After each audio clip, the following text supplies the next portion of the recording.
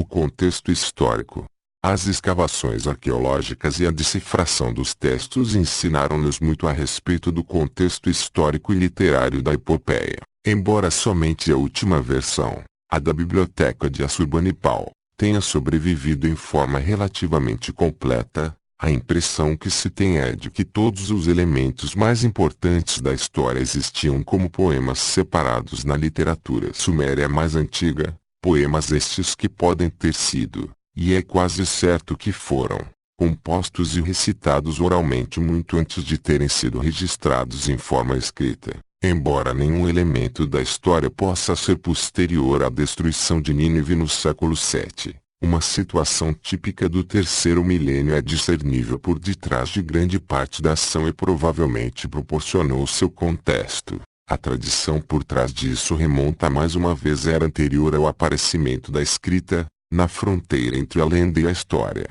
um pouco depois do dilúvio, quando os deuses foram substituídos pelos mortais nos tronos das cidades-estados. Estamos falando da civilização suméria arcaica. Os sumários foram os primeiros habitantes da Mesopotâmia a conhecer a escrita, e é na língua deles que foram escritas as mais antigas tábuas de Nippur relacionadas a Gilgamesh. Eles já haviam irrigado o país e povoado o território com suas cidades antes da invasão das tribos semíticas no decorrer do terceiro milênio. Os próprios sumérios devem ter sido conquistadores a entrar na região pelo norte e pelo leste durante o quarto milênio. A influência deste povo talentoso, demonstrada nas leis, na língua e no campo das ideias, persistiu por muito tempo após a invasão de seus vizinhos semitas. Esta influência tem sido comparada, e com justiça, à de Roma sobre a Europa medieval. Seu idioma continuou sendo utilizado na escrita,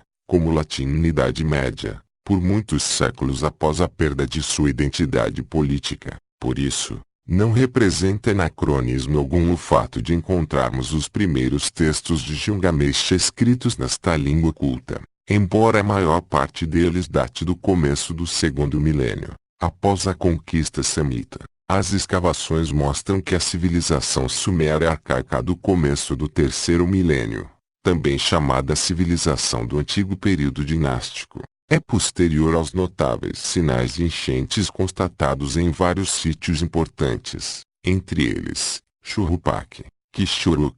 Estes sinais coincidem com o final do último período pré-histórico, que os arqueólogos chamam período de Gendetinassi, mas não há provas de que tenham sido rigorosamente contemporâneos. Se Leonard Euler identificou em Ur uma catástrofe ainda mais antiga, mas sua extensão foi apenas local, e não há provas arqueológicas que corroborem a ocorrência de um desastre natural de proporções devastadoras. Nem mesmo as mais antigas tradições sumérias fazem menção a um dilúvio de consequências catastróficas. Nos escritos sumérios posteriores, bem como nos antigos textos babilônicos, as enchentes e os dilúvios são enviados pelos deuses, junto com outros castigos igualmente catastróficos, a doença, a seca e a fome. Citam-se 5 cidades que teriam existido antes do dilúvio, e, para elas, o poder real descia do céu. Após a catástrofe, o poder real mais uma vez desceu à terra, e as cidades-estados que surgiram nessa época frequentemente se punham em guerra umas contra as outras. A semi-histórica lista dinástica suméria, composta no começo do segundo milênio, mostra que Kish foi a primeira cidade a ganhar preeminência, mas, algum tempo depois, Uruk derrotou Kish e tirou-lhe a supremacia. Estes dois estados eram tradicionalmente rivais. Na lista dinástica, Gilgamesh consta como o quinto monarca da primeira dinastia pós-diluviana de Uruk. Ver abaixo. A riqueza destas cidades tornava-as alvo de cobiça, uma grande tentação para as tribos semitas selvagens da Arábia e para os povos guerreiros do Elão e das regiões montanhosas da Pérsia, a leste. Pouco depois da queda da dinastia de Uruk, quando os semitas se instalaram em Agade, no norte, seu rei, Sargão, afirmou ter sob seu comando um exército fixo de 5.400 soldados. Entre suas principais façanhas estava a destruição das muralhas de Uruk. Estas muralhas haviam se tornado proverbiais, Dizia-se Uruk das fortes muralhas, e, tradicionalmente, fora Gilgamesh o grande construtor, no antigo período dinástico sumério, cada cidade já tinha seus próprios templos em homenagem aos deuses. Eram construções magníficas, decoradas com mosaicos e relevos, e geralmente compreendiam um grande pátio e um santuário interno, tendo às vezes, como em Uruk, um zigurate na parte de trás. O zigurate era uma montanha sagrada em miniatura, uma antecâmara entre o céu e a terra, onde os deuses podiam conversar com os homens. Assim, quando Gilgamesh evoca a deusa Ninsun, sua mãe divina, ela sobe ao topo do templo para oferecer orações e sacrifícios ao grande deus Sol. Os templos eram cuidados por um corpo perpétuo de sacerdotes, em cujas mãos, em determinada época, chegou a ficar quase toda a riqueza do Estado. Entre os sacerdotes estavam os arquivistas e os professores, os estudiosos e os matemáticos. Logo no começo, todo o poder temporal estava em suas mãos, já que eram servos do Deus cujas propriedades administravam.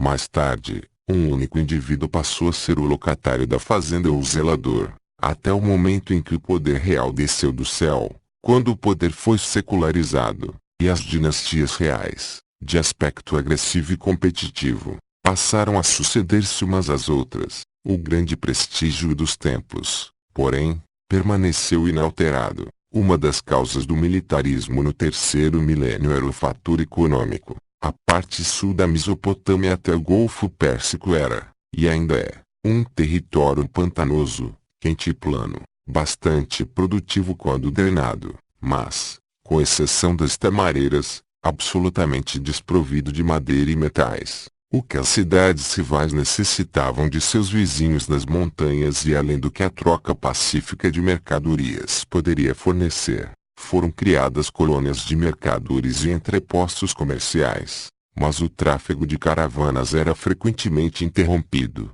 e a matéria-prima acabava sendo tirada à força de relutantes tribos da Pérsia, da Arábia ou da Capadócia. Foi assim, pois, que se estabeleceu a imemorial hostilidade entre os montanheses e os homens da planície, sentimento que serviu de tema para um grupo de poemas sumérios que descrevem o relacionamento conturbado entre Uruk e Arata, um estado nas colinas orientais. Possuímos documentos históricos com registros quase contemporâneos de várias expedições empreendidas durante o terceiro milênio por Sargão de Agade e Gudea de Lagash, para proteger suas colônias de mercadores e obter madeira para suas construções. Tais expedições, além disso, certamente não foram as primeiras. O cedro vinha das montanhas Amano, no norte da Síria e sul da Turquia, e talvez do Líbano e do sudeste da Pérsia. Relata-se que Sargão empreendeu uma campanha vitoriosa pelos territórios do norte, e que seu deus Dagon deu-lhe a região superior até a floresta de cedros e a montanha de prata. A floresta de cedros, neste caso, é certamente Amano. Por sua vez, quando Gudea, rei de Lagash, quis construir um templo para o deus Ninjitsu, trouxeram para Gudea o cobre de Susa, do Elon e das terras ocidentais.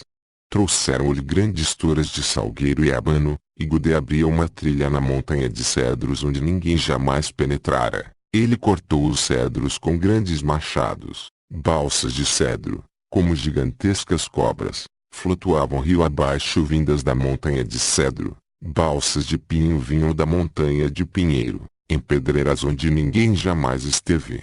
Gudea, o sacerdote de Ninjitsu, abriu uma trilha. As pedras chegavam em grandes blocos, e chegavam também caçambas de betume e gesso das montanhas de Magda, tantos quantos os barcos que trazem a veia dos campos. Por detrás do Gudea de carne e osso podemos discernir a figura nebulosa de Gilgamesh, o grande construtor de templos e cidades, que se aventurou pelo interior das florestas trazendo de volta a preciosa madeira do cedro.